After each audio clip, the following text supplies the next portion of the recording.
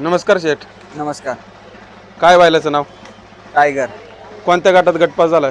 15 मध्ये. हा 15 मध्ये. पायरा कोण आता? पायरा बुलढाण्याचा होता, शिवा. चालतंय.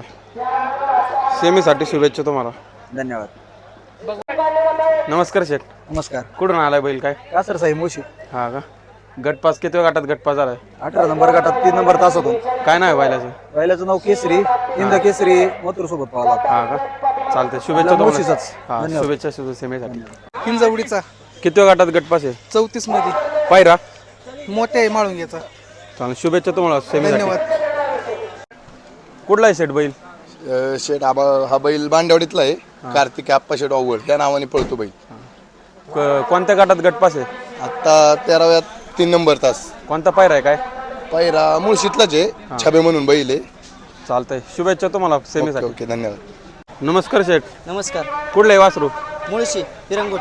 किती गटात गटपास आहे? 11व्या गटात. पायरा कोणी आज? पायरा पुष्पा आहे औरंगाबादचा, छत्रपती संभाजीनगर. चालतंय. शुभेच्छा तुम्हाला सेमीसाठी. धन्यवाद. इकडे कुठला आहे शेठ बैल? बैल माळुंग्याचा आहे. कोणाचं आहे? मालकाचं नाव? अक्षय शेठागवणे. किती गटात गटपास आहे? 42. पायरा कोणाचा? काय पायला सावकार. चालतंय. शुभेच्छा सेमीसाठी. हा चालतं. कुठला आहे शेठ बैल? किती गटात गटपास आहे? 6व्या गटात. पायरा काय? कसं काय पायऱ्याचं नियोजन? आमच्या दादाने केलेला आहे. हा त्यांचा पक्ष आहे रावेतचा.